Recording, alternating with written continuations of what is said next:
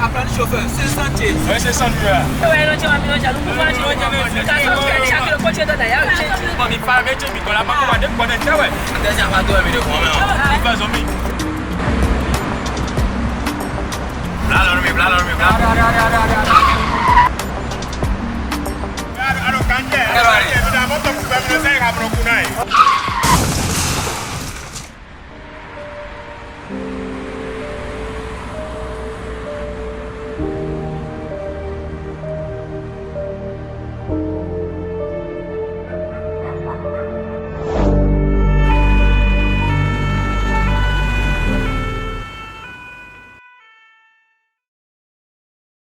Ensemble, disons oui à la courtoisie au volant. Stop à l'excès de vitesse, à la distraction au volant et à l'incivisme sur la route.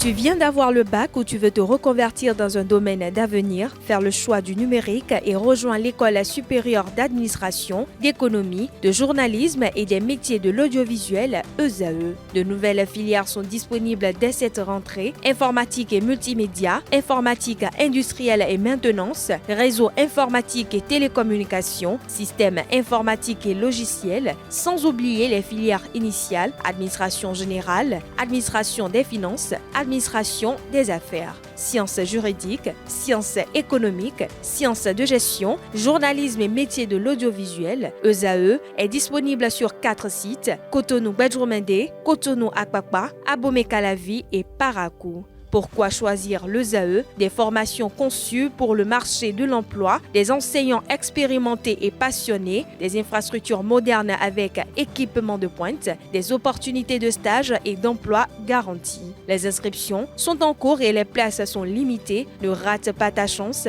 Donne vie à tes ambitions avec l'ESAE. Contacte-nous vite par appel ou par WhatsApp au 01 98 98 14 00 ou via email scolarité@esae.bj et visite notre site web www.esae.bj. Ton futur commence maintenant avec l'ESAE. Tu investis dans un avenir professionnel, concret et sécurisé. ESAE, l'excellence à un nom. Bonsoir chers amis internautes et bienvenue sur Point Levé, ce rendez-vous hebdomadaire consacré aux analyses de Clément Adeoti Adéchian. Avec lui ce jour, chers amis internautes, avec ma collègue Zakiat Latunji, on aura à le questionner sur les sujets suivants qui ont fait l'actualité cette semaine, notamment les 2 préalables posés par la République du Niger, ceux à la réouverture des frontières entre le Bénin et le Niger, la réforme du médiateur de la République qui fait couler beaucoup d'encre et de salive, la reprise du procès de Pierre Urbain dans Yvonne, notamment hier ce jour 26 juin, on en parlera également. Et sans nul doute, avec l'ancien président de la Fédération béninoise de football, Clément Adeoti Adéchian, on parlera de la Coupe du Monde. Comme vous avez si bien pu le constater, je co-anime cette émission avec Zakiat Latunji. Bonjour. Bonjour Kader. Clément Adeoti Adéchian, bonjour. Bonjour Kader, je n'ai jamais encore eu la prétention d'être président de la Fédération béninoise de football. Vice-président, voilà. Ah oui, vice-président, oui. C'est mieux. Donc je respecte mes aînés, mes patrons qui ont été présidents de la Fédération. Je ne l'ai pas encore été, même si j'en ai les qualités pour. Merci. Monsieur Clément Adeoti Adéchian, merci d'être une fois encore dans l'exercice de décryptage de l'actualité nationale. On peut dire que cette semaine, le Bénin a été au cœur de dynamiques majeures. On va commencer par le dossier que j'appelle le plus lourd de cette semaine. La commission mixte bénino-nigérienne s'est réunie à Cotonou la semaine dernière et comme le disait tout à l'heure Kader, le Niger a posé 2 préalables non négociables à la réouverture de la frontière. Votre analyse, est-ce que réellement ces préalables sont réalistes? Totalement réalistes. Il faut être honnête pour le reconnaître. Nous sommes partis d'une guerre inlassable d'accusations parfois loufoques, farfelues et sans fondement à un rapprochement assez providentiel. Il faut le dire, on est tout ému, on est tout joyeux, qu'on soit béninois ou nigérien, de savoir aujourd'hui que ces 2 peuples peuvent parler ensemble. Alors, que le Niger en vienne à ne plus retrouver des armes militaires français à Kandi ou à Malanville, ou des drones en train de surveiller leur territoire et qui ne posent que des accords de défense mutuelle. Ils n'ont pas dit vous nous signez et vous vous engagez en tant que Bénin que vous n'allez pas faire ci, vous n'allez pas faire ça. Non, ils n'ont pas dit ça. Ils ont plutôt demandé un accord mutuel. 2 accords. Je crois que c'est 2 points. Ce n'est pas des points d'achoppement. Signature d'un accord formel actant le principe de non-agression mutuelle et l'engagement strict à ne servir de base arrière à aucune action de déstabilisation visant l'autre pays. Et la seconde exigence, c'est la clarification totale concernant les dispositifs et bases de forces étrangères stationnées près de la frontière. Et à cela, ils ont ajouté le 3e dispositif, la cohabitation au niveau des services de renseignement mutuels et réciproques. Donc, on va dire un accord de défense et un accord de sécurité. Oui, un accord de défense, cela signifie que de part et d'autre de nos frontières, nous devons nous engager mutuellement à utiliser des dispositifs que nous connaissons de part et d'autre. C'est normal. Je crois que c'est réglo. Hein? Et nous voulons faire ami-ami désormais. Il faut que je sache, surtout que nous sommes entourés de terroristes qui nous attaquent tout le temps. Il faut que je sache comment attaquer, comment tu contre-attaques. S'il me fuit et qu'il vient chez toi, comment tu réagis au même moment. Donc nous devons savoir qu'est-ce que nous utilisons ensemble.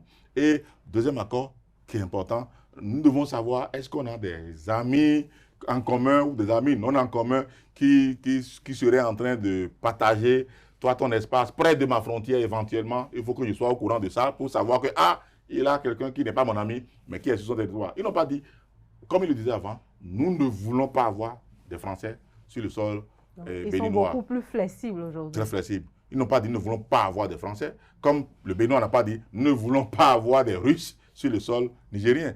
Donc, chacun garde ses amis. Mais une préoccupation quand même. Est-ce que la présence de bases militaires étrangères au Bénin est clairement visée par cette Première chose, il a été démontré, il a été prouvé, il n'y a jamais eu de base militaire française ou étrangère au Bénin. Il y a eu des coopérations militaires, comme il y en a avec le Niger et les Russes, comme il y en a avec le Burkina et les Russes, comme il y en a avec le Mali et les Russes. Chacun choisit ses coopérants. Mais exigence, est-ce que ça ne compromet pas le Bénin rapport aux alliances avec d'autres pays? Non. Ce qu'ils disent, nous devons savoir. Pour savoir à quoi nous en tenir. Oui. Ça va de bon train dans la collaboration des services de renseignement. Oui, entre amis. Bon, il ne faut pas que je sois gêné qu'en venant chez toi de découvrir que tu vois d'autres personnes sur mon dos et je n'étais pas au courant. Et je vais venir te surprendre que, bon, je n'étais pas seul. À partager, donc la clarté dans les relations. Partager le salon et la chambre avec vous, Madame Zakiat. Je dois savoir que nous sommes 2, nous sommes 3. J'aime bien cette métaphore, mais on revient sur le terrain, c'est exactement le terrain de la coopération. C'est ce que les Nigériens demandent. Que le Bénin fiancé ou le Bénin mari soit clairvoyant. Ne pas découvrir que quelqu'un lui tape dans le dos. Exactement, dans la nature des relations que nous avons, qu'est-ce qui est clair, qu'est-ce qui ne l'est pas. Donc, le plus sérieusement du monde, je crois que c'est à peu près ça. Et je nous trouve. Et ils sont allés plus loin. Nous partageons les informations de renseignement. À savoir, on est capable, par les moyens que vous avez logistiquement, de localiser au plus vite où serait la position des groupes de Nîmes là ou des djihadistes là. Et comme les Nigériens peuvent le savoir aussi, pendant qu'ils sont en train d'évoluer en grappe vers le Bénin, on peut les identifier comme vers le Niger, comme vers le Burkina, peut-être éventuellement plus tard dans d'autres accords. Donc je crois quand même qu'il faut saluer cette progression-là. Ce n'est pas des blocages comme par le passé de facto. Non, ce n'est pas des blocages de facto. Ce n'est pas des blocages de mauvaise foi, de mauvaises personnes qui n'ont pas envie. Ils visent une saine collaboration. Ici, il est question qu'on s'entende, qu'on ouvre les frontières. Nous ouvrons nos frontières et nous avons un ennemi dangereux en commun, les terroristes. Alors si les frontières sont ouvertes et que nous savons que c'est les terroristes que nous combattons, nous devons parler le même langage. Du point de vue diplomatique, du point de vue géopolitique, du point de vue militaire, du point de vue stratégique et du point de vue des renseignements. Je crois que c'est une avancée qu'il faut saluer. Pour une meilleure collaboration éventuellement. Mais vous parlez de réouverture des frontières. Aujourd'hui, un chronogramme pour la réouverture des frontières a été validé, mais une réouverture progressive, justement.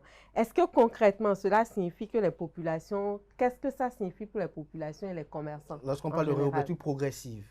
Réouverture progressive, c'est d'abord la joie. Et le pont de Jola, le pont de Malanville a été totalement encarté, a été verrouillé.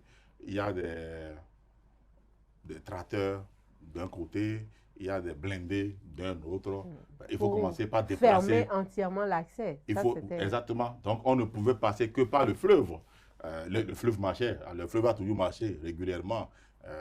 Les deux peuples ont trouvé le moyen de pouvoir se fréquenter, de pouvoir se visiter. Alors, ici maintenant, c'est de commencer par libérer le pont, qui est le principal moyen de communication physique entre les deux peuples. C'est déjà très important. Donc, une frontière, après 3 années comme ça de guéguerre et d'affrontements diplomatiques, verbal, Dieu merci, on n'est pas allé aux armes, doit pouvoir s'ouvrir progressivement. Je crois que sur tous les cieux, ça se passe comme ça. On décide d'abord qu'est-ce qu'on fait, qu'est-ce qu'on ouvre d'abord. Les personnes commencent par circuler. Ensuite, les biens. Donc, progressivement, c'est dans la droite ligne. Maintenant, des choses. Accord avec le port de Cotonou. N'oubliez pas, il y a un accord qui doit venir là, par rapport au port de Cotonou. Le port d'attache le plus naturel des Nigériens. Il faut revenir maintenant à ce port. C'est quoi les nouvelles conditions? Voici les conditions qu'on avait avec Lomé. On revient à notre port de Cotonou. Cotonou, c'est l'OCBN, Organisation commune Bénin-Niger. On a toujours évolué ensemble. Nous avons eu des patrimoines ensemble. Nous avons fonctionné ensemble. Ils ont encore des structures installées au niveau de notre port. Donc, c'est leur port. Alors, nous revenons sur notre port. Comment ça va se passer? Donc, tout ça participe de ce qu'on appelle la réouverture progressive de nos frontières. Tout ira progressivement, sans brutalité et en même temps sans faux fuyant. Il ne faudrait pas qu'on se trompe sur quelques détails près pour revenir encore bruyamment en arrière. Je crois qu'il faut comprendre que les choses doivent se passer comme ça. Et tout ceci dans l'intérêt, bien entendu, des deux pays. Mais quand on sait que le président Romuald Wadagni a fait de ce dossier l'une de ses priorités majeures, diplomatiques, juste à l'entrée en service avec son élection à la tête du Bénin, est-ce qu'on peut dire que c'est un pari gagné pour le président Romuald Wadagni aujourd'hui au regard de l'évolution de cette actualité? Nous allons attendre pour applaudir quand les frontières seront ouvertes. Déjà, progressivement, il faut que ça commence. Ce n'est pas encore le cas, et puis entièrement. Mais ce qu'on peut déjà dire, c'est que après quelques jours seulement de travaux acharnés d'une commission qui a mis le pied à l'étrier, qu'on en arrive déjà à un résultat aussi aboutissant. Je crois qu'on est très heureux de pouvoir dire que le président Romuald Wadagni est sur la bonne voie. Je crois que son planning est en marche.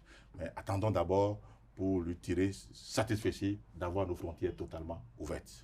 Alors, Clément Adeoti Adesina, l'autre sujet qui nous réunit également ce vendredi soir, c'est cette réforme qui a été opérée par les parlementaires, la réforme en lien avec le médiateur de la République, laquelle institutionnalise désormais que d'office devient médiateur de la République, le premier vice-président du Conseil économique et social. Ceci est justifié par une volonté de pouvoir rationaliser un peu, réduire, si je peux le dire ainsi, les dépenses publiques de fonctionnement et d'allègement du budget de l'État. Qu'est-ce que vous en pensez?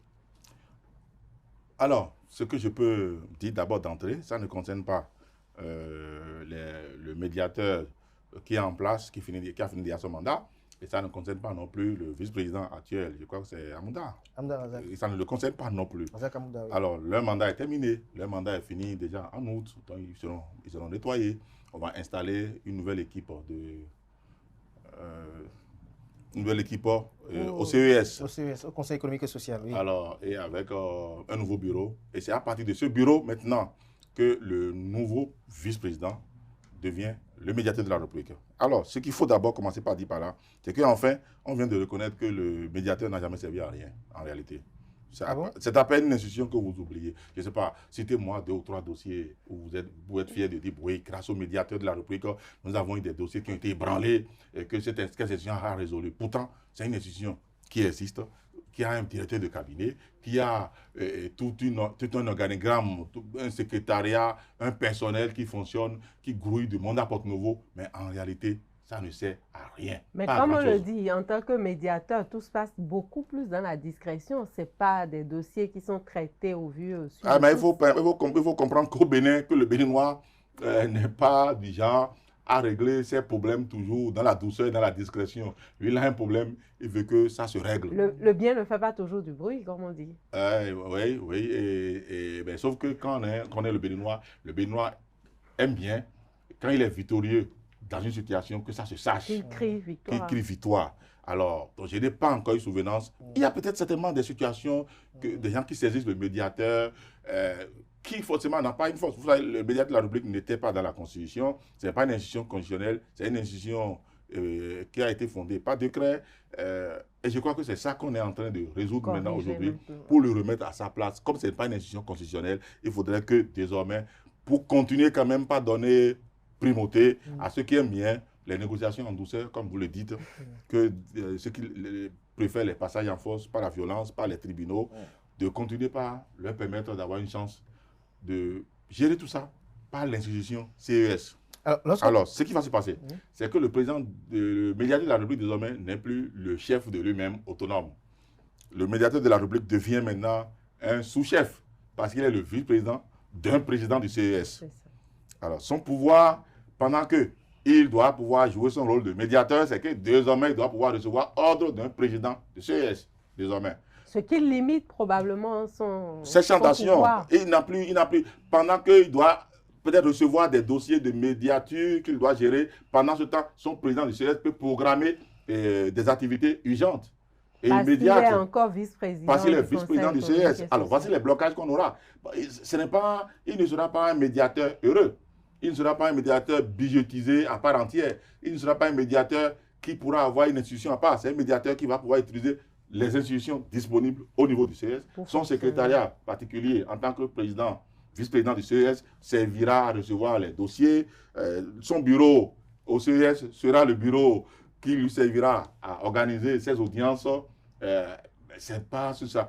Je crois que on n'a pas voulu faire disparaître. On n'a pas voulu faire disparaître. C'est la réforme, en fait, en quelque sorte. Il y avait les partisans de faisons disparaître cette institution et les non-partisans pour qui dit, bon, au fond, à défaut, alors, créons-lui une petite passerelle minima pour que ça ne pèse plus sur le budget de la République. Alors, il est vice-président du CES et de sa position, de son fauteuil, il est médiateur. Donc, s'il a encore le temps consacré à la médiature, c'est son problème, en fait.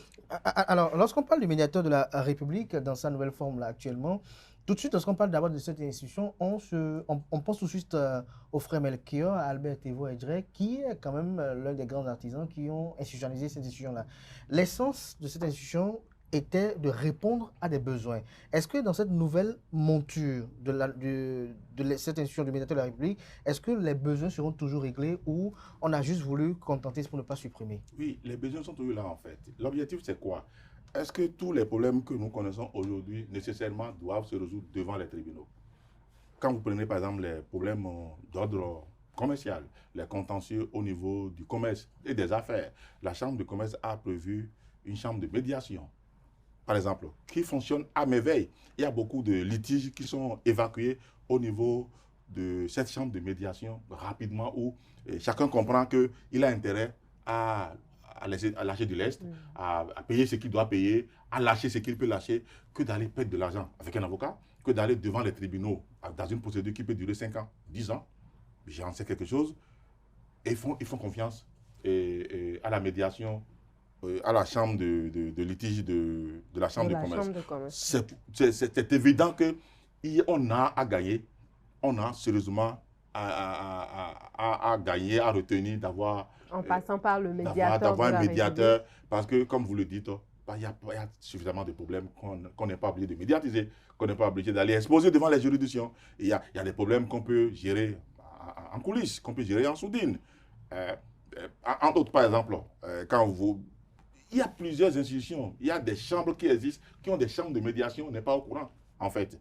Alors ici, on a voulu faire une institution de la République, le médiateur, pour intercéder. Mais écoutez, pensez-vous par exemple qu'on serait obligé d'aller au tribunal avec les démocrates si le médiateur de la République fait son boulot?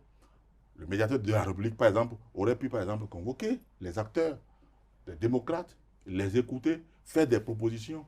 Par exemple, si on avait donné pouvoir, par exemple, à cette institution, si on lui avait donné ne serait-ce qu'un début de pouvoir juridictionnel, qui écoute les acteurs, qui fait des propositions que le tribunal peut suivre à un moment donné. Mais on a l'impression que cette institution a toujours fonctionné comme ça, dans le silence, dans Oui, mais l'oubli le plus on absolu. regarde ce que vous dites. Ce qui fait que personne n'a envie, quand le problème est sérieux, d'aller perdre son temps devant la médiature. Justement, en parlant du médiateur de la République, l'institution est très peu connue de la population, mais la grosse question, c'est qui peut aller vers le médiateur de la République et pourquoi concrètement?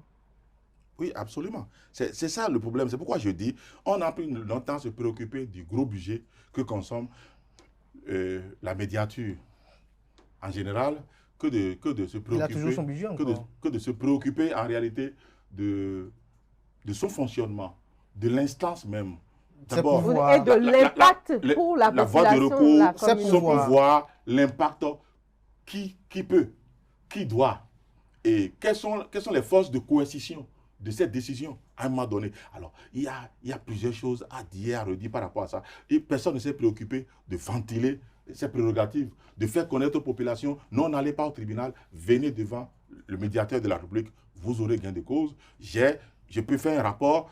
Qui peut vous accompagner au tribunal? Les gens ne sont pas au courant. Les gens ne savent pas à quoi ça sert. Effectivement, je crois que les gouvernants ont bien compris cela pour dire, bon, au lieu de l'effacer tout de suite de nos cartes, commençons déjà par réduire drastiquement ses prérogatives, son budget, en le confinant à la gestion du vice-président du CES.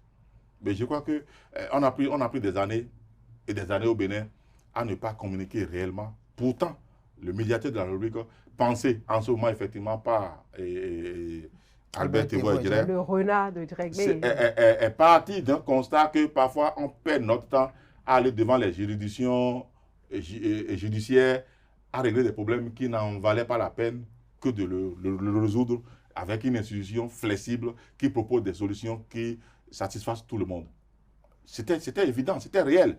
Mais la préoccupation, à un moment donné, c'était qui caser rapidement quand il n'a pas pu être président de la République et vice-président de la République, ministre, conseiller ou député. Alors, et on regarde sur le tas, c'est qui reste là, qu'on n'a pas pu mettre quelque part. Ah, zut, lui, on le met au médiateur de la Rubrique. On l'a casé. Non, ce n'est pas toujours fait en tenant compte des compétences, des aptitudes de la personne. Vous allez voir, José Nyonofou, après, maintenant c'est M. Essou qui est là. C'est toujours, à un moment donné, dans le souci de l'équilibre des répartitions géopolitiques qu'on cherche, qui on doit envoyer à la médiature. Ce n'est jamais pas préoccupation majeure de résolution de certaines crises mineures ou d'importance dont il faut éviter la résolution par le tribunal. On a envie de recaser, de gérer les intérêts. Je crois que le système actuel a si bien compris cela pour dire première chose. On aura appris à se préoccuper de qui on n'a pas nommé, qui n'est pas allé à l'Assemblée et qui sera en train de bouder dans son coin, qu'il faut aller caser en tant que médiateur, qui se considère aussi comme président d'institution. Donc c'est fini l'épopée président d'institution en tant que médiateur de la République. Le vice-président du CES peut jouer ce rôle. Donc on a réglé un problème. Donc personne ne va plus rêver désormais pour dire, bon, moi je vais aller à la médiature. Mais il peut rêver être vice-président du CES aussi. Deuxième chose. Pour pouvoir devenir médiateur de la République. Deuxième chose. Ça fait du vice-président du CES, quand il n'est pas président, un homme occupé aussi. C'est aussi ça, parce que par le passé, le vice-président du CES, c'est pratiquement quelqu'un qu'on ne connaît pas. On connaît M. Amouda, parce que c'est un magistrat, parce qu'il a été, par le passé, à la Cour constitutionnelle. Et président de la Cour constitutionnelle après le départ de Joseph Diagouna. Oui, voilà, donc c'est un homme important qu'on connaissait. C'est pourquoi on retient son nom tout de suite, qu'il est vice-président de l'actuel CES. Sinon, si je vous retourne en arrière en tant que journaliste de me citer 3 vice-présidents de CES que vous connaissez, vous n'en connaîtrez pas. Mais pourtant, les présidents, vous les connaissez. Parce que c'est le président d'une institution qu'on connaît. Mais ici, désormais, on fait du vice-président du ES comme la vice-présidente de la République du Bénin, des hommes importants. Oui. Des hommes importants, désormais. Il y en a beaucoup qui sont décédés aussi. Qui ont un portefeuille. Président du CES. Vice-président. Il y en a beaucoup qui avaient eu cette pandémie à l'époque où beaucoup décédaient. Ah bon, quand ils sont vice-présidents, ils décédaient. Oui. Vous voulez faire peur au prochain vice-président du CES ou quoi? C'était un constat. Alors, c'est pour dire quand même le portefeuille devient important d'être vice-président du CES. Et je crois que pour l'économie, pour la caisse commune de la République, je crois que ça en valait la peine. Mais Clément Adéoté-Adéchian, lorsqu'on y voit de près, lorsqu'on voit le premier exercer cette fonction en tant qu'Albert Thévois-Edré, rien que son nom devant une institution faisait quand même pouvoir de pression ou peut-être de négociation ou d'obtention de gain de cause. Mais aujourd'hui, le médiateur de la République, quels sont les pouvoirs qu'il a à son niveau? Quelles sont les marges de manœuvre dont il dispose pour pouvoir véritablement obtenir gain de cause auprès soit d'une juridiction, soit peut-être de ceux dont il a besoin d'obtenir gain de cause pour satisfaire tel ou tel autre citoyen qu'il aurait saisi? C'est un peu comme vous l'avez dit. Le médiateur de la République a été taillé sur la tête du président Thévo Edjere à l'époque pour son envergure, pour son immensité, pour le rôle qu'il a joué tant au Bénin que sur le plan international. Il a été médiateur pendant longtemps à Abidjan, dans la crise avec Laurent Gbagbo et compagnie. Donc, on a voulu capitaliser son expérience en créant le poste pour lui. Une manière aussi de le caser pour qu'il ne dérange plus personne. Parce que c'est quelqu'un qui a tout le temps dérangé. Ah donc, bon? De vénérer mémoire, paix à son âme, il a tout le temps dérangé. Alors, on a voulu l'occuper. Une fois qu'il est occupé, il ne dérangera plus personne. C'était ça, en fait. Et une fois que Thévo a été effacé, il a mis son dauphin. Et Joseph Nyonofou, également, qui est resté là. Joseph Nyonofou, qui est en général un homme très effacé. Il parle très peu. Il est efficace, certes, mais effacé. Donc, on n'a pas entendu grand-chose, résolution d'aucune crise majeure. Joseph Nyonofou est passé, ainsi de suite. Vous voyez, un peu, on a reconnu par le passé qu'on a créé une institution exprès à un moment donné pour régler un problème ponctuel qui est devenu maintenant un problème de la République. Alors, dès lors que la République commence par réfléchir sur un problème qu'il a créé parce qu'on n'en avait pas besoin, il trouve la solution la République, elle trouve la solution qu'il faut pour ça. Revenir à la réalité, à la norme que la médiature ne nous servait à rien. On a créé un épouvantail pour le président Thévo Edjere. Bon, mais on peut dire qu'avec la réforme aujourd'hui, la médiature va redorer ses blasons et va pouvoir éventuellement satisfaire les attentes des populations d'une manière ou d'une autre. Non. Avec la réforme, on ramène à une institution de médiation économique. D'abord, le CES, c'est quoi? Le CES est une institution d'abord de médiation économique. Ne l'oubliez pas, le CES d'abord. Ça, c'est le CES. Mais là, alors, on parle... Pourquoi le vice-président du Conseil économique et social? C'est qu'il faut comprendre la philosophie de base. Que d'abord, tout budget, toute activité, toute réalisation qui est envisagée sur le plan économique prend l'avis du CES. Donc le CES déjà fait une sorte de médiation sur le plan économique, propose des solutions aux gouvernants. Alors déjà, si nous avons une institution qui s'occupe déjà d'une médiation sous d'autres formes à un moment donné, pourquoi ne pas lui coller la fonction de médiateur spécifiquement à son vice-président? Je crois que c'est bien trouvé. Ils seront très bien occupés dans cette maison désormais. C'est une appréciation très pertinente, mais je vous fais une question à laquelle certainement vous ne vous attendez pas du tout. Le texte a été adopté à l'unanimité au niveau de l'Assemblée nationale en procédure d'urgence. Qu'est-ce que cela dit du climat politique du Parlement béninois aujourd'hui? Première chose, le texte a été adopté en procédure d'urgence parce que le mandat est terminé là, au CES. Ça signifie qu'il faut un nouveau texte avant de pouvoir désigner les nouveaux membres. Après, on peut se poser la question de savoir pourquoi maintenant? Parce que le nouveau pouvoir vient d'être installé. Et le nouveau pouvoir veut partir avec des institutions que lui comprend, en fonction de sa vision. Donc, à commencer déjà par la réforme au niveau du CES. Ça commence par là. Donc, je veux un CES qui réponde à mes aspirations du moment. Je ne veux pas me retrouver le 1er août et avec le président du CES et un vice-président dont on ne connaît pas la fonction, avec le même président du médiateur qui vient s'asseoir à mes côtés. Donc, je voudrais qu'au 1er août, à la fin du 1er août déjà, qu'on ait déjà fermé les boutiques à Porte-Nouveau. Et qu'on sache désormais que tout se passe en face de l'immigration, à côté. Donc, c'est bien déjà d'aller très vite pour répondre à l'agenda du président de la République. Deuxièmement, que ça vous surprenne que le Parlement unicolore, BR et UPR fasse voter à l'unanimité une loi, c'est plutôt... Vous voulez me faire douter? Non, aucune surprise dans la matière. Vous voulez que je doute seulement une appréciation qu'on vous demande. Vous êtes en position d'éviter, vous répondez à nos questions. Vous avez UPR et BR à l'Assemblée nationale. Vous vous demandez pourquoi, avec systématiquement, tout ce qui passe à l'Assemblée passera comme une lettre à la poste. On l'a vécu sous le premier mandat de Vlavonou. Le premier mandat de Vlavonou, l'ancien président de l'Assemblée nationale, avant son deuxième mandat. Ce mandat, il y avait UPR et BR. Les 4 ans. C'était unicolore. Dans les 4 ans, il n'y avait pas de démocrate. Les choses ont changé quand? En 2019. En 2019. Donc, quand ceux-ci sont arrivés. Alors, donc, quand les démocrates sont arrivés. En 2023. Donc, alors, systématiquement, on l'a déjà vécu et il en sera ainsi. Et puis, ajouter à cette préoccupation, vous savez que nous avons une constitution toute nouvelle qui nous interdit toute agitation politique pour 6 ans. Alors, si on vous interdit, mais est-ce que c'est pour cela si que on vous interdit, un parlementaire qui soutient l'action du gouvernement du président en place ne peut pas dire ça là qui est proposé n'est pas peut-être en phase avec les aspirations des populations qui m'ont porté, même si c'est vous, le parti politique, qui m'avez positionné? Oui, il peut le dire. Il peut le dire. Je suis entièrement d'accord avec vous qu'il peut le dire. Il peut l'exprimer. Des députés peuvent manifester un mécontentement. Pas un mécontentement, manifester des réserves. Manifester un peu des griefs par rapport à la posture proposée.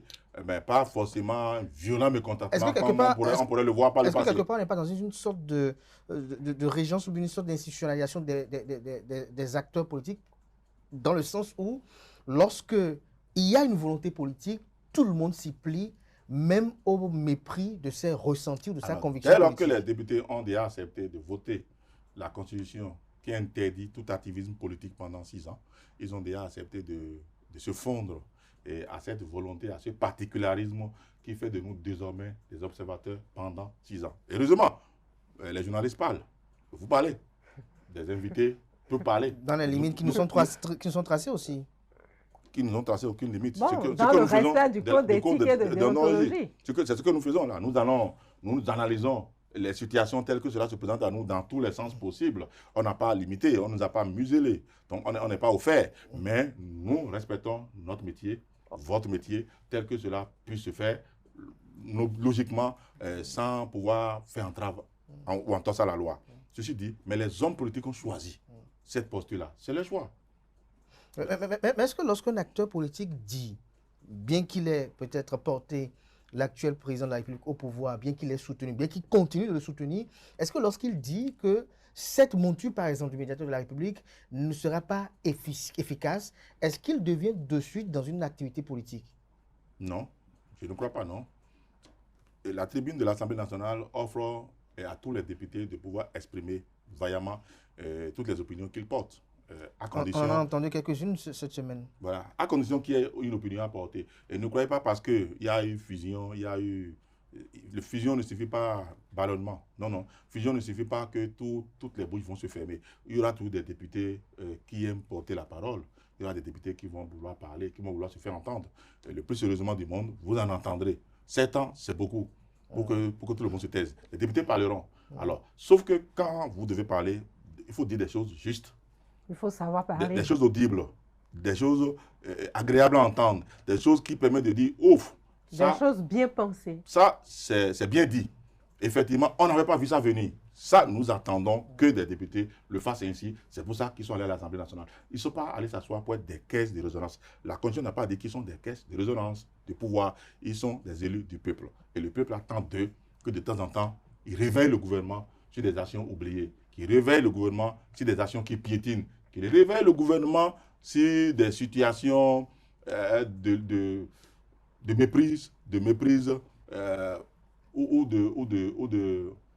d'abandon total, où le peuple se retrouve face à lui-même, égaré, sans interlocuteur. Dans leur rôle de représentant du peuple. Ils doivent le faire si bien, si correctement. En dépit de tout. Parce que dans quelques années, ils devront en répondre devant la loi. Même s'ils se retrouveront encore entre eux deux, n'oubliez pas que je peux vous présenter UPR, et je vous sanctionne et je vote BR. Parce que voter UPR ne suffit pas à avoir voté BR. Mais est-ce que quelque part, ça c'est peut-être une digression positive, peut-être si vous le permettez, est-ce que quelque part il n'y a pas une sorte de l'expression de la démocratie à la base qui est tronquée lorsque, par exemple, la population peut-être ou des militants veulent sanctionner un élu, alors que cet élu peut-être doit son positionnement sur la liste, sur la base d'un parti politique qu'il a positionné et qui lui donne injonction de voter une loi, et il sait que s'il ne vote pas, il pourra ne pas se retrouver demain à l'Assemblée. Vous avez déjà eu affaire à des députés qui ont fait fi de cette considération et qui ont pu s'exprimer librement. Et il y en aura des députés qui vont s'exprimer librement, qui ne vont pas tenir compte des considérations de positionnement, parce qu'à un moment donné, qu'on le veuille ou non, vous allez toujours, dans votre base, vous allez toujours voir votre population. Et ce peuple-là, parfois, il est sévère. Ce peuple, il vous juge. Vous faites des choses et aujourd'hui, vous n'êtes pas capable de venir voir les membres de votre famille en journée. Vous êtes obligé de venir à partir de 0 heure. Ou raser les murs. Totalement pour aller raser vers les eux. murs parce que vous avez honte. Vous savez, alors qu'il y a des politiciens, vous arrivez même à midi, pile, on crie votre nom. Hein, on dit, ah oh, il est là, tout le monde vous adoube, vous entoure, vous adore. Mais il y en a, ça n'est pas possible. Ils marchent, députés, ils se sentent fiers, mais inutiles et abandonnés. Et je crois que ce n'est pas ce genre de politiciens, ce n'est pas de ceux-là que vous parlez. Vous parlez de ceux, quand même, soutenant l'action d'un pouvoir politique, soit capables quand même de pouvoir porter la voix de temps en temps, avec élégance, avec la manière, pour attirer l'attention sur ce qui est oublié. C'est tout ce qu'on demande à un homme politique. C'est ce qu'on demande aujourd'hui. Pour qu'il soit fier également d'être dans son rôle et d'être le représentant de cette population au sein de l'Assemblée nationale. Alors, avec votre permission, nous allons aborder le troisième dossier à l'ordre du jour, le dossier du procès d'Aïvo. Il faut dire que c'est 15 ans quand même, hein, et c'est le temps qu'il a fallu pour que l'affaire d'Aïvo retrouve le chemin de l'audience. Le procès reprend ce vendredi 27 juin après plus d'1 an de suspension. On parle de la 40e reprise de ce procès pour aujourd'hui. 40e reprise, c'est exagéré. Il ne peut pas y avoir 40e reprise. Vous comptez alors les suspensions et les reprises. Oui, le processus, pour parler de tout reprise, ce processus-là. Il y a des abandons, il y a des condamnations, il y a des réouvertures. Il doit en avoir trois. Parce qu'il y a une clôture définitive du dossier. Alors, je vous fais une piqûre de rappel. Parce que j'ai encore de la mémoire. J'ai quand même exercé ce métier. 17 août 2010. Daïvo n'est pas rentré chez lui. À l'aide générale. On parle de disparition. On a commencé par courir. De Hubert. Son épouse, ses parents. On n'a pas retrouvé Daïvo. Est-ce qu'il n'est pas rentré? Est-ce qu'il a eu un accident? Est-ce qu'il s'est égaré quelque part? Suspicion. On le connaît. Il est au ministère des Finances et de l'Économie. Proche des syndicats, de l'opposition, parce qu'il est de Monokoufo, de l'époque. Partisan très farouche farouche opposition du système Yaïboni, encore au pouvoir. Alors, on était dans cette expectative à rechercher ou vivant, ou mort, ou accidenté, ou dans un hôpital. Quand subitement, le 27 septembre, donc un mois après, oui. On a eu une information, boum, Godomé Goudou. Qu'on a retrouvé le cadavre de Daïvo à Godomé, chez un certain Alofa, célèbre Alofa. Alors, Alofa fait surface dans un scénario tragicomique qui ne dit pas son nom. Comme si on était dans un film d'Hollywood. Alors, Alofa avec le commissariat de Godomé d'un côté, Sodiatimé de l'autre, vol de moto la nuit, ne pouvait pas être en même temps celui qui a tué, Régis qu'on a déchiré. Finalement, Alofa, avec son complice, un certain Amoussou, parce que vous savez, nous avons tué Daïvo. Question, qui est le commanditaire? Donc on les condamne. Qui vous a commandité? Non, il a commandé une opération de fétichisme et il ne voulait pas me payer. Je réclamais mon argent dans les malentendus. Un coup est parti et puis moi j'ai pris peur, je l'ai enterré. Alors, les parents de Daïvo, convoqués avec le procureur, ce 27-là, arrivent sur les lieux, ils regardent le corps mutilé qui est par terre avec des parties totalement défigurées. Ils disent ça, ce n'est pas notre Daïvo. Problème, remise en cause totale. Voilà que Alofa dit que c'est Daïvo. Entend Alofa condamné, entend Alofa disparu totalement. Alofa a été arrêté comme par FBI à la frontière. On l'a vu bien revenu de Lomé, encore remis en prison. Volte-face. Alofa et son co-accusé changent d'avis en prison. On n'a jamais tué personne. On a été payé pour maquiller un maître, pour jouer un rôle, pour jouer un scénario. Donc le procès reprend à l'époque. Avec des acteurs encore, des avocats plus importants tels que les Joseph Diabonou, aujourd'hui président de l'Assemblée nationale, qui ont repris le dossier en main, pour aller. On a pensé à l'époque, parce que même les enceintes des haut-palais ont été amplifiées, de ne pas être autre pour qu'on entende. Parce qu'il y avait une transmission oui. en direct de ce procès. Oui, pour qu'on entende enfin. On s'attendait à un écouter. gros dossier On national. s'attendait à écouter des aveux, des arrestations rocambolesques, comme on le dit quelque part, fiticor. Rien du tout. Il a beau crier, je ne suis coupable de rien, mais alors, c'est qui les commanditaires? En temps de bouche à oreille, des noms commençaient par circuler, des aides de camp du président Yahi Boni ont été écoutés, parce qu'on l'aurait vu au palais, parce que le colonel, comment il s'appelle déjà, son nom un peu, il y a la mort dans son nom là, Oku Segbe, comment il s'appelle, colonel Oku Segbe. Enfin, il a un nom là, bizarre, qui me faisait rire à l'époque. Ce colonel qui aurait été entremetteur, que Alofa aurait reconnu, a été convoqué pour témoigner. Les témoignages étaient contradictoires. On n'a pu rien trouver. On n'a pas pu démêler les chevaux. On a suspendu. Alors, aujourd'hui maintenant, le dossier a été rouvert précisément parce que il y avait la famille qui a demandé à écouter le général en prison, le général de police en prison, Louis-Philippe Roundéon, qui, en son temps, disait « j'ai des déclarations, j'ai des choses à dire dans ce dossier ». Alors, s'il lui a des choses à dire, c'était quand même un officier important au moment des faits, au moment des arrestations. Donc, on a envie d'écouter Philippe Roundéon. Il y a la personne qui était au téléphone avec Daïvo au moment des faits également, qui avait des choses à déclarer qu'on doit aussi écouter. Donc, alors, est-ce que, pour la dernière fois, écouter Philippe Roundéon, écouter ces dames-là, vont permettre de découvrir enfin la vérité. Où il était aux dernières heures? Alors, mon avis, je n'ai pas envie de choquer les susceptibilités. Ce procès, encore une fois, va être suspendu. Parce que lorsque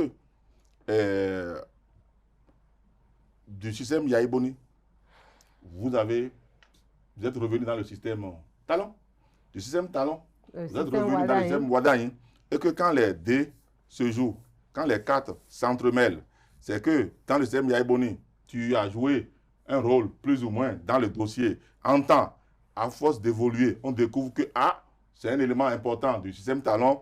Bon, comme on le met de côté, prenons celui-ci pour voir si ça peut avancer. Quand lui, il avance, il dit non. Lui, il faut qu'il revienne parce que moi, sans lui, ce n'était pas possible dans le dossier. Lui, il revient. Alors, on rouvre le dossier maintenant, système Wadaï. Lui dit, Wadaï, il a fait Yahi, il a fait Talon. En tout cas, beaucoup de lignes qui bougent. Alors, il est Wadaï. Alors, celui-ci dit, c'est pas moi. C'est avec celui-ci. Donc, il est important dans ce système ici. Il revient encore au milieu. Le tribunal doit pouvoir maintenant régler un problème. Et ramener chaque carte à sa place. À sa place. Et un problème qui n'est pas que judiciaire, qui est politique, qui a créé beaucoup de frictions. Parce que de toutes les manières, les expertises commanditées en Allemagne, avec le pouce qu'on a ramené, ont prouvé devant toutes les juridictions qu'il s'agissait de Daïvo, qui a été retrouvé à Womé. Ça, c'est clair et net que le corps de Daïvo a été retrouvé. Il n'y a pas de magie là-dessus. Quel rôle Alofa a joué? Alofa n'est pas sain dans le dossier. Quel rôle il a joué? Qui l'a contacté pour exécuter ce sale besogne? Est-ce que ça a été tué chez lui? Ou est-ce qu'on a ramené le corps chez Daïvo pour être enterré? Franchement, c'est tout ça qu'on veut. Je féliciterai un jour le tribunal qui réussira à démêler ces chevaux. Je vais vraiment... Est-ce que vous ne pensez pas que quelque part la vérité... Je vais donner ce carton au tribunal qui va réussir à établir la vérité des faits. Parce que vous savez très bien, il y a eu des affaires, il y a eu des affaires, ce qu'on appelle les affaires, toutes les grandes républiques, qui sont plus connues, des républiques qui sont plus en vue que le Bénin. Et quand on parle d'affaires, vous tournerez en rond. Vous n'allez jamais réussir à démêler les chevaux. Je crois que le cas d'Aïvo est devenu une affaire. Est-ce que vous ne pensez pas que cette affaire...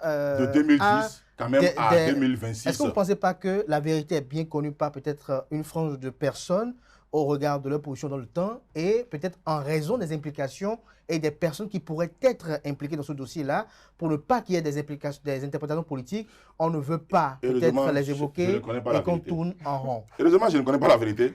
Mais je ne connais pas la vérité. Mais si le dossier s'embrouille, si le dossier s'entremêle, c'est qu'il y a bien des acteurs qui travaillent à embrouiller le dossier.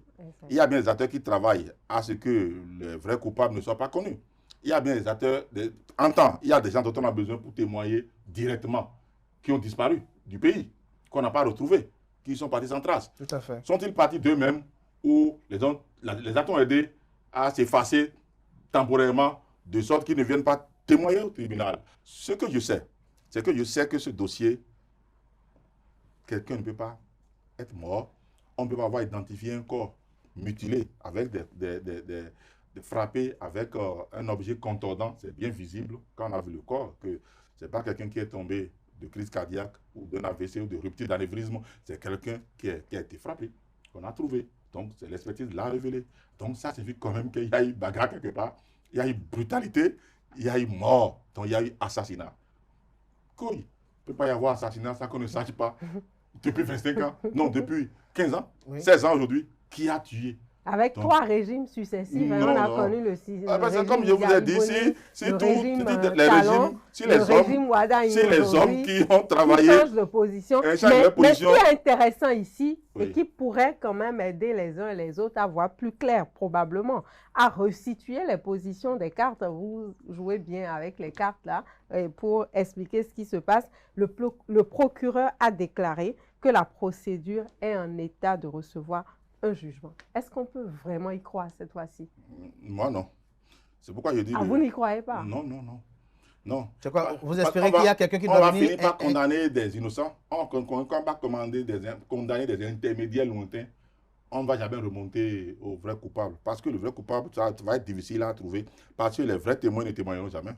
Mais dans votre narratif tout à l'heure, vous parlez de l'aide de camp de l'ancien président Bouniaï qui a été écouté. Alors, lorsque l'aide de camp est écoutée, ça veut dire que l'aide de camp travaillant quand même pour le président de la République. Est-ce que le président de la République aussi doit être écouté dans ce dossier-là pour en savoir davantage? Il y a une certaine immunité.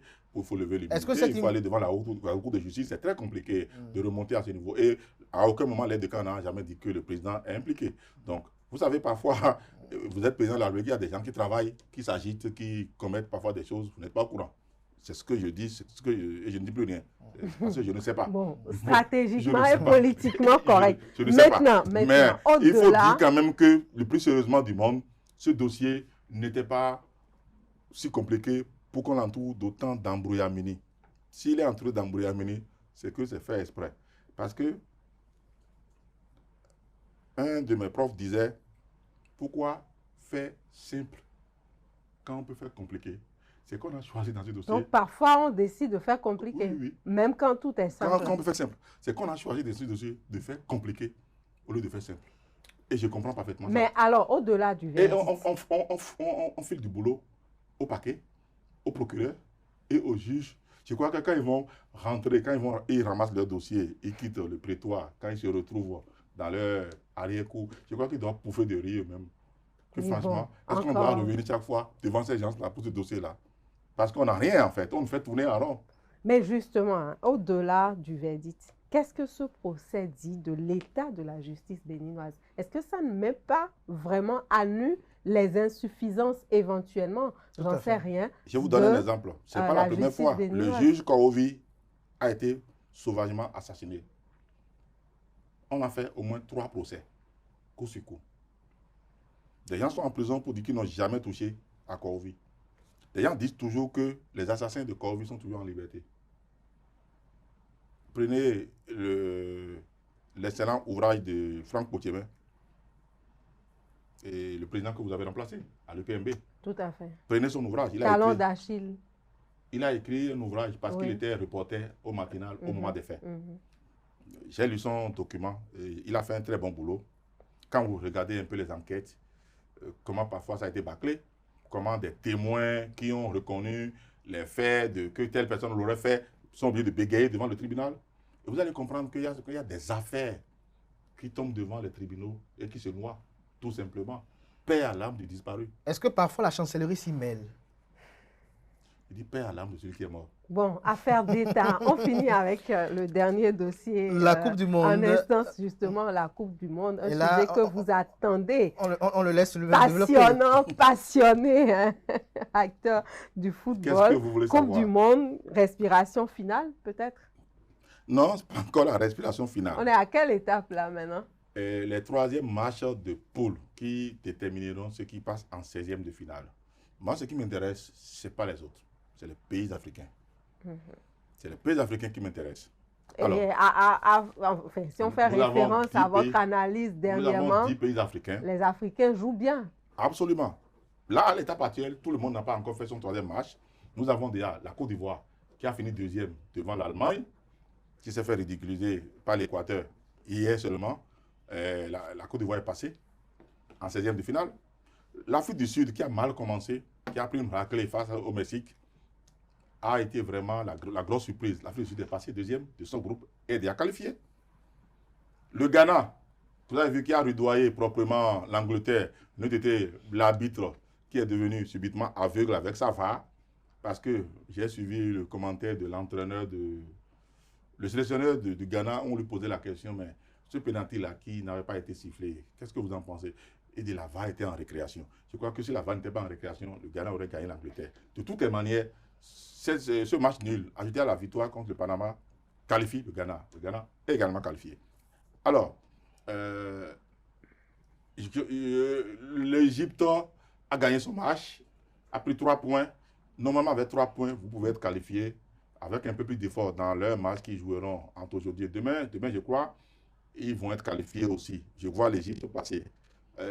Cap-Vert, ma bonne équipe, ils ont tenu en échec l'Uruguay, match nul. Ils ont tenu en échec l'Espagne, match nul. Ils ont 2 points et ils ont un match qui n'est pas le plus compliqué aujourd'hui contre l'Arabie Saoudite. Je crois que s'ils ont pu tenir en échec les grands d'Europe et de l'Amérique latine, jouer l'Arabie Saoudite qui est le dernier du groupe, le football est quelque chose qui n'est pas mathématique. L'Arabie Saoudite qui est bon dernier peut se réveiller et chicoter nos Cap-Verdiens. Mais moi, je mise mon carton sur Cap-Vert en disant qu'ils vont passer aussi. Si Cap-Vert passe, et le Maroc a fini deuxième derrière le Brésil. Ils sont passés. Vous allez remarquer que tous nos pays africains, sauf la Tunisie, bon dernier, qui s'est fait chicoter lourdement de part et d'autre, qui rentrent déjà à la maison. Et les Congolais ont 1 point, mais doivent jouer un match contre l'Ouzbékistan, le bon dernier du groupe. Je crois que si les Congolais font un peu d'effort, s'ils ne vont pas danser du dombolo sur le terrain, s'ils ne mettent pas de Fali pour pas dans leur tête et qu'ils jouent au football, je crois que les Congolais vont être qualifiés. Vous allez voir, au final, contrairement à ce qu'on avait pensé, on avait vu que le football africain évolue bien. Les Asiatiques seront éliminés à l'appel et les Africains seront qualifiés. Ils vont jouer à mano avec les Européens et les Sud-Américains. Donc moi, je suis content de ce qui se passe avec les Africains. Et nous sommes en train de démontrer à la face du monde que contrairement à ce que certains auraient pensé, que cette compétition est une fête. Que le football africain vit bien, se porte à merveille. Selon vous, qui risque de l'emporter, cette coupe? Il y a des favoris. Le premier, c'est la France. Le deuxième, c'est l'Espagne. Le troisième, l'Argentine. Le quatrième, le Portugal.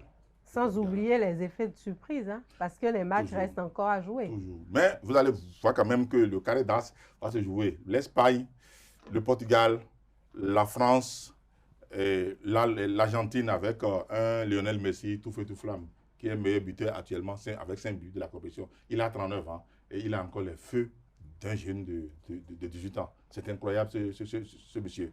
Vraiment incroyable. Alors, on va finir maintenant pour de bon avec l'exercice des cartons. L'exercice des cartons. Vous en avez, comme à l'accoutumée, le carton rouge, le carton vert, le carton bleu, le carton jaune. Pour l'arbitre que vous seriez dans une prochaine vie, peut-être. On va s'amuser à la distribution des cartons en fonction de chaque dossier. Déjà, le premier dossier, la réouverture progressive des frontières entre le Bénin et le Niger. Quel carton vous attribuez? Le vert. Pour dire félicitations et encouragement. Vous faites du bon boulot. Poursuivez ainsi parce qu'il y a la volonté de part et d'autre d'aller de l'avant et de donner un ouf de soulagement à nos populations. Ça commence plutôt bien avec le carton vert. Cette fois-ci, on va parler des réformes du médiateur de la République. Réforme du médiateur de la République, je crois qu'on aurait dû supprimer cette institution et passer à autre chose, mais on a voulu réduire les charges pour la République. Et on a voulu quand même continuer par maintenir le médiateur qui sera englué sous un président du CES qui peut décider de ne pas lui laisser le temps de travailler. Alors, Carton jaune. carton jaune. Là, ça ne sent pas très bon. Jaune pour cette réforme. Jaune. J'aurais aimé qu'on supprime le médiateur. Jaune. Alors, troisième dossier, procès d'un Ivor. Procès d'Anivor, c'est un procès à rebondissement multiple depuis le 10 À rebondissement sans fin. Depuis le 17 août 2010, on en est encore là. Ça ne nous apportera rien de nouveau cette fois-ci. On va encore fermer boutique. Et ça fait peut-être à la prochaine fois, dans 1 an ou 2, quand ceux qui sont en cavale vont être interceptés, parce qu'on ne les aura pas, ils ne viendront pas témoigner, et ils nous font perdre notre temps dans ce dossier, franchement. Rouge. Et là, je sens qu'on va bien finir, parce que Oui. le dernier dossier, Oui. c'est le dossier Coupe du Monde, et les nouvelles sont plutôt bonnes, surtout pour les équipes africaines. Absolument, nos équipes africaines, les nouvelles sont bonnes. Et la Tunisie m'empêche de donner le vert, mais je donne le bleu parce que là, il y a des équipes qui n'ont pas encore joué, que j'espère bien qu'ils vont nous faire qualifier. La RD Congo n'a pas joué son 3e match, Cap-Vert n'a pas joué son 3e match, l'Égypte n'a pas joué son 3e match, l'Algérie n'a pas joué son 3e match. J'attends tout ce groupe-là pour revenir donner le vert pour notre équipe. Alors, je donne le bleu pour dire j'encourage à aller de l'avant. Kader, donc, en attendant le carton vert, probablement pour nous aussi, hein, sur ce plateau, on a le carton bleu et on va conclure pour aujourd'hui.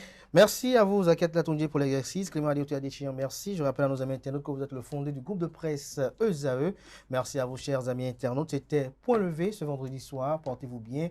Belle suite de programme sur ESAE TV. Nous, on se donne rendez-vous demain pour Info Hebdo. Jusque-là, portez-vous bien et belle suite de programme sur ESAE TV.